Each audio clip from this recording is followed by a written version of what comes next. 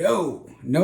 That is probably why you're missing fish, because when you're setting that hook, you are ripping it completely out of its mouth. Or if you do hook it, because you don't have to set the hook hard, bringing the fish in. As soon as it jumps, as soon as it does this, does that, guess what? That fish is gone. It is off your hook and it is done. Setting the hook with Jose.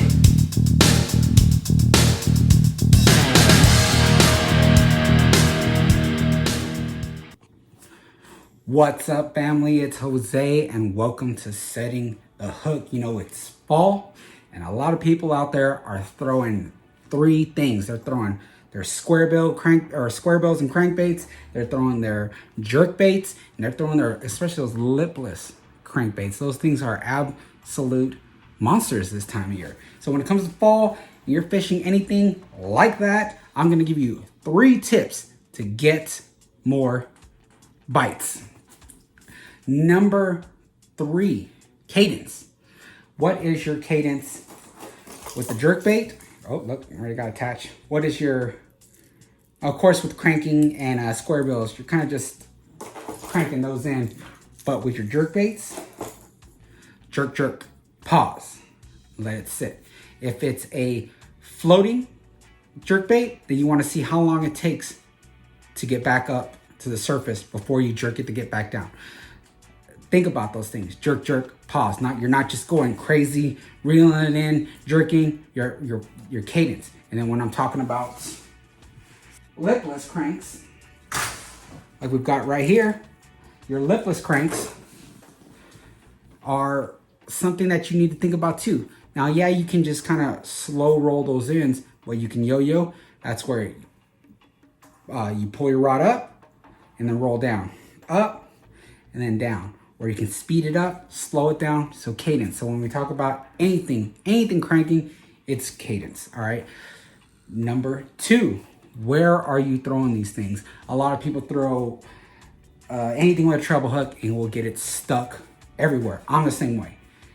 I get these things stuck all the time. So that's why sometimes I just don't like to throw it. But they do catch fish, especially if you're on where you've got a sharp drop off, you've got a nice ledge, you've got all those things in favor of throwing something like this, then that's what it needs to be throwing. Sometimes that's all the fish are hitting, especially if you're on the lake, you're covering a lot of water. If you're covering a lot of water, then you're probably gonna be cranking. Casting it out, rolling it in. Casting it out, rolling and covering a lot of water, knocking these things off every single rock and whatever you can find. And that's how you're gonna get the bites. But what is my number 1 tip for anything with a treble hook on it, especially this time of year? That is your gear.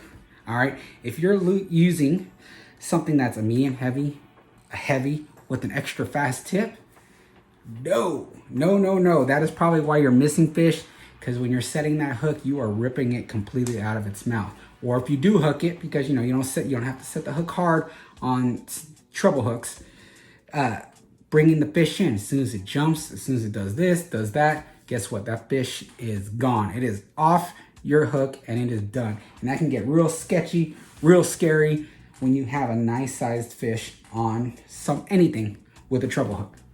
So what do I use for gear? The Speed Demon Pro rods so we have a jerk bait, we have a deep cranking rod. If you're into deep cranking, that's the cranking rod that you need to get. The jerk bait rod is excellent. The square bill rod, all of that, outstanding. Here's what I have normally when I set up one, especially when I'm going kayaking, and that is the spirale. This spirale right here is a moderate fast, medium heavy. Now, look where the flex is. It's got a good parabolic bend. This is actually a 70-30, where it's Toray carbon and 30% composite. So it's gonna give you a nice flex. It's because of the spiral design with those microwave guides, gonna give you excellent control. And you wanna have something with a nice bend. So moderate fast with a rod that has a good parabolic bend. What honestly does that mean? So instead of you ripping it out of the fish's mouth, it loads up a lot more to keeping those fish pinned inside. It's not gonna rip it directly out of their mouth.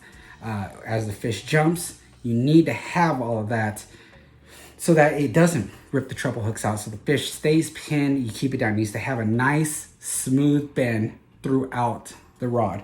Also on here, I have, a lot of people already have the Royal Legend Elite. This is the 6-4-1. Me, whenever it comes to anything like that, I always reel too fast. So I have to back it down on the speed, continue to tell myself, slow down, ease up, slow down. That's gonna get you more bites. So we talked about these 3 things. Talked about cadence, right? Are you gonna be yo-yoing it, slow it down, speeding it up, jerk, jerk, pause? Really think about your cadence. That's what you need to think about, what's gonna anticipate those bites. Number 2, we talked about where are you throwing it? What do you need to really do to find the fish and see where they're at? Number 1 is your gear, all right? Because you can be in the right spot, have the right bait, but if you don't have the right setup, then you're gonna lose that big fish. And we don't want that to happen. So anyways, if you have any questions or anything else you want to talk about or want me to cover, leave a comment down below. But I appreciate y'all watching. I love y'all, and I'm out.